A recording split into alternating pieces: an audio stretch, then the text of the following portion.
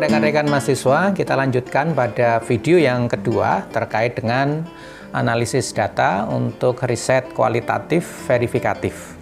Nah, pada pertemuan sebelumnya atau pada video sebelumnya kita sudah menyampaikan terkait dengan coding dan juga verbatim.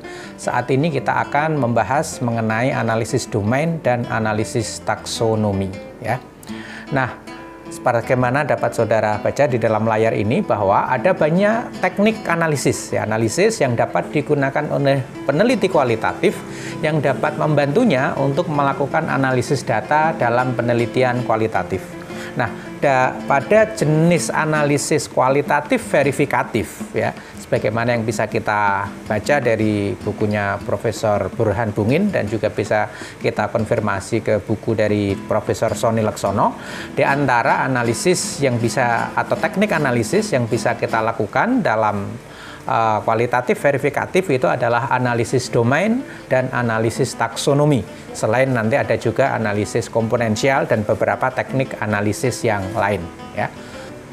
Nah, dalam analisis domain, melalui teknik analisis ini, peneliti itu berupaya untuk menemukan data-data kunci yang disarikan dari lapangan. Yang kemarin kita sebut dengan pemadatan fakta. Yang itu sudah diberi kode baik dari aspek teknisnya maupun substansinya. Jadi kalau pemberian kode sudah selesai baik teknis maupun substantif, maka ketika kita masuk ke analisis domain ini akan lebih mudah. Nah, kemudian yang berikutnya, data-data kunci tersebut selanjutnya akan dicari keterkaitannya atau hubungannya antara yang satu dengan yang lain. Walaupun pada tahapan ini sebetulnya sudah kita mulai ketika kemarin kita membahas bahwa ada dua pola atau dua kategori. Penjual yang hanya mementingkan ekonomi saja, kemudian penjual yang mementingkan selain ekonomi juga ada faktor non-ekonomi. Ya. Kemudian yang berikutnya, keterkaitan data ya atau keyword tadi itu akan menghasilkan banyak kemungkinan outputnya. Apa misalnya? Keterkaitan antar konsep, ya. Kemudian kategorisasi yang baru saja kita sebut, kemudian penemuan pola dan seterusnya. Jadi analisis domain ini nanti akan membantu kita mengantarkan peneliti untuk apa? Untuk menghasilkan apakah itu kategorisasi, kemudian pattern atau pola, dan seterusnya ya, termasuk sintesa dari beberapa data yang kita temukan dari lapangan. Nah, tetapi peneliti harus punya modal untuk bisa melakukan analisis domain. Yang kemarin kita sebut ada keterampilan, sensitivitas terhadap data, kemudian kreativitas yang itu berasal dari pengkayaan dari teori-teori yang selama ini sudah dikuasai. Ya. Jadi untuk dapat melakukan analisis domain, maka peneliti membutuhkan modal. Modalnya apa? Pemahaman yang sangat kaya terhadap konsep dan atau teori.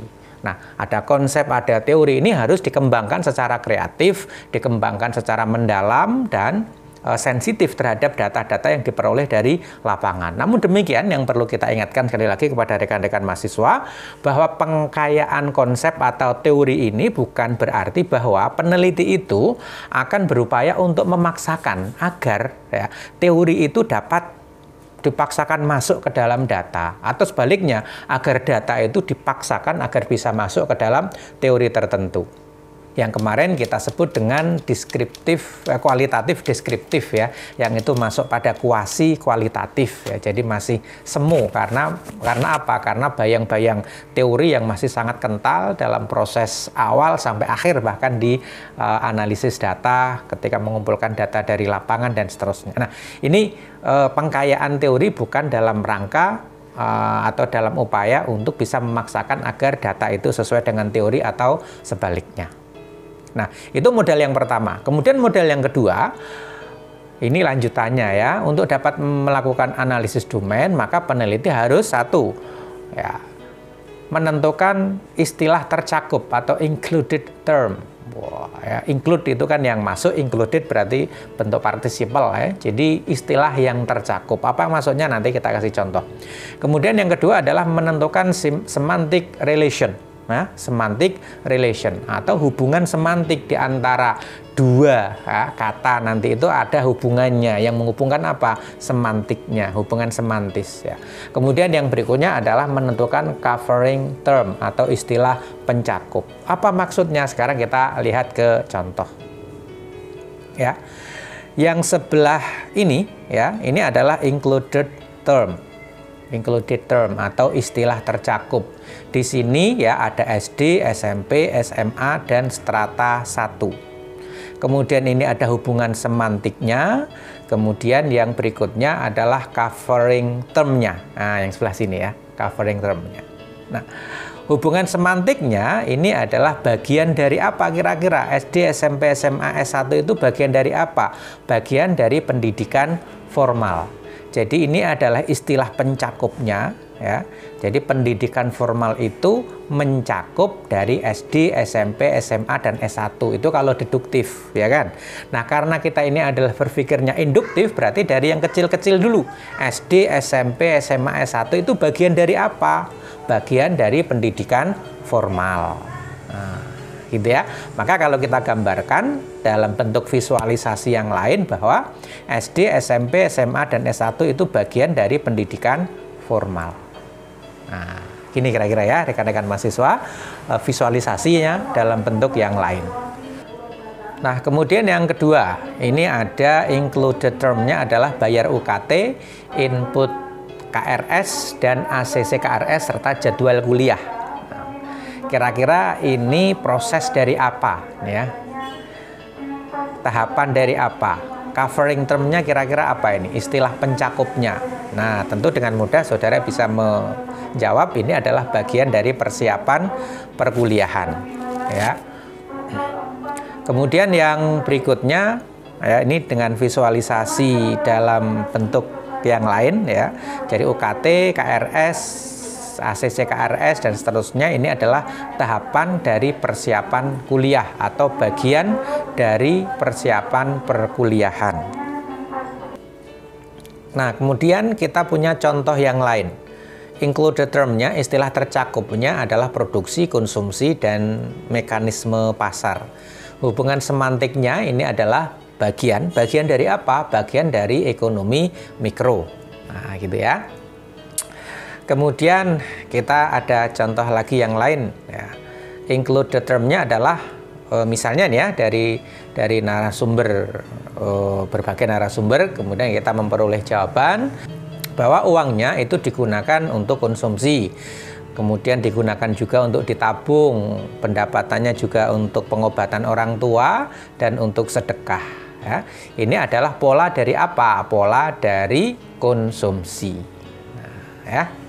Baik, nah kemudian ini ada contoh lagi yang lain. Nah kemudian yang berikutnya ini ada contoh yang ada hubungannya dengan video yang pertama ya. Mengapa Bapak menggarapkan sawahnya pada orang lain?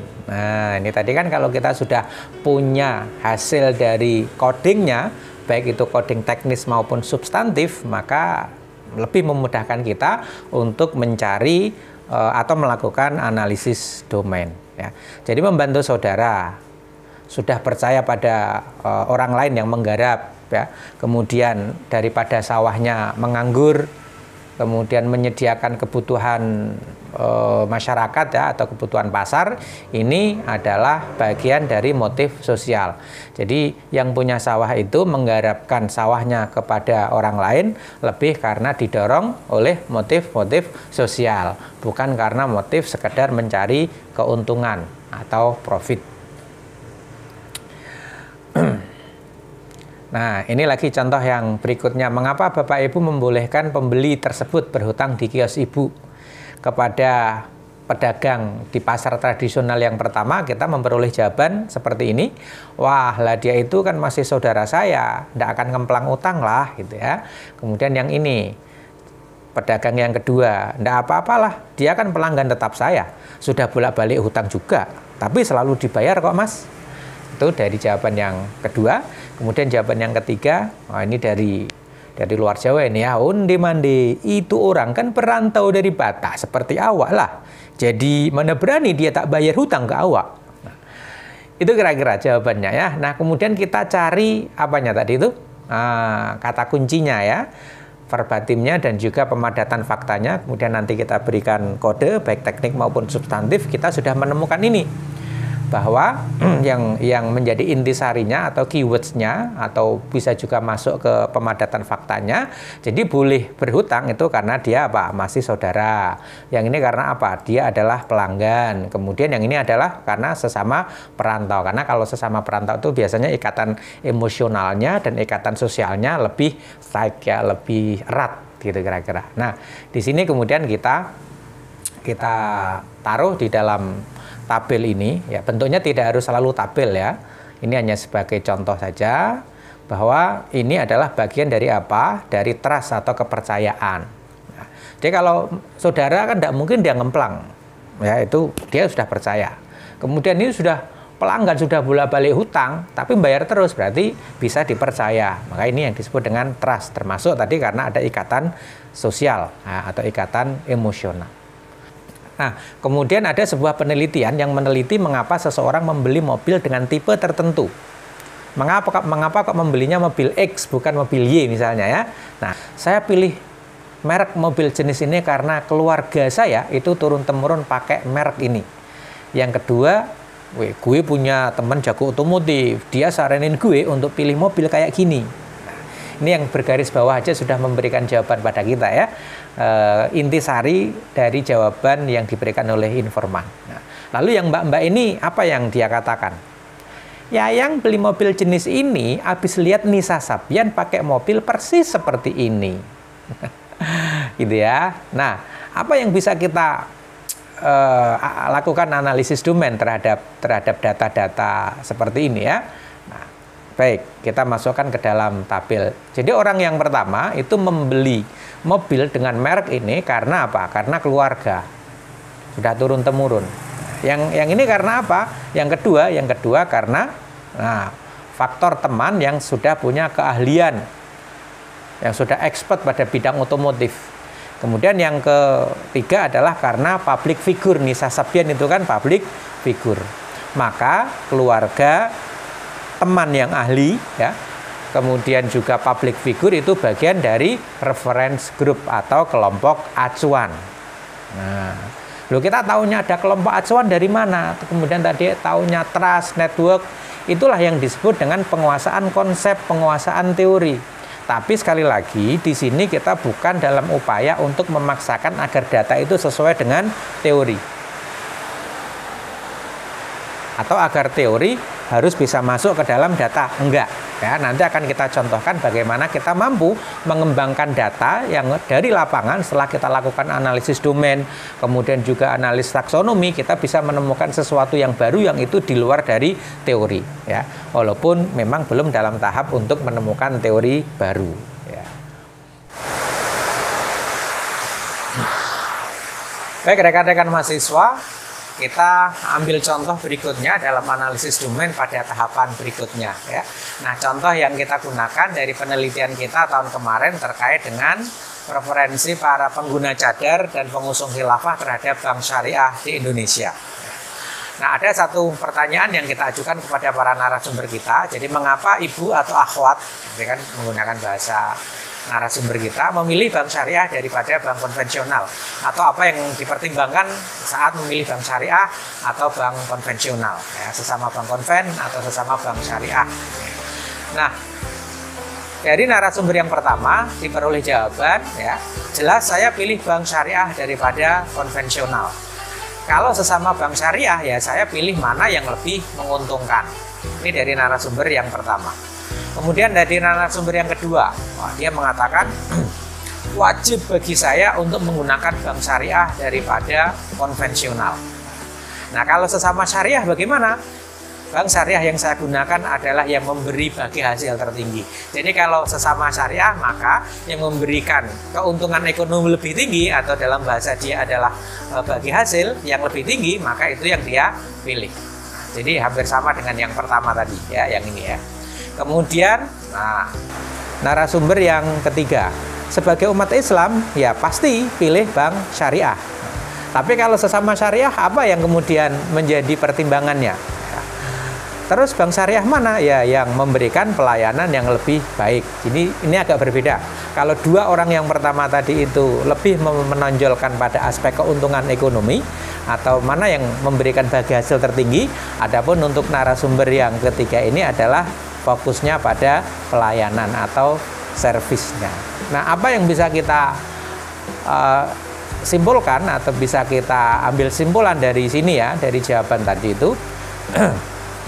Nah, misalnya kita visualisasikan seperti ini ya. Yang berwarna merah ya. Nah, ini adalah keterampilan peneliti, Saudara ya. Ini kemudian menjadi satu kategori ketika seseorang menentukan pilihannya. Apa? Ini adalah karena digerakkan alasan yang sifatnya ideologis. Jadi ya karena orang Islam ya pasti pilih syariah. Nah, gitu kira-kira ya. Nah, kemudian kalau sesama syariah, jadi bank syariah X dan bank syariah Y, mana yang dipilih? Maka kemudian ini masuk kategori yang kedua, yaitu apa? Ini adalah pertimbangan ekonomi. Yang lebih menguntungkan, yang bagi hasilnya lebih tinggi, kemudian yang tadi pelayanannya lebih baik, dan seterusnya. Ini pertimbangan ekonomi. Artinya, preferensi para narasumber kita itu ketika memilih bank, kalau konvensional versus syariah, maka alasannya adalah alasan yang sifatnya ideologis ya. Tetapi kalau syariah dengan syariah, maka kemudian pertimbangannya adalah karena pertimbangan ekonomi. Nah, itu salah satu bentuk dari hasil analisis domain. Demikian rekan-rekan mahasiswa, contoh dari analisis domain yang bisa kita lakukan dalam proses analisis data dalam riset kualitatif verifikatif. Tentu ini belum selesai, ini adalah baru tahapan berikutnya setelah pemberian kode, dan nanti akan kita lanjutkan dengan analisis taksonomi. Demikian, semoga bermanfaat. Kita bertemu pada video berikutnya. Assalamualaikum warahmatullahi wabarakatuh.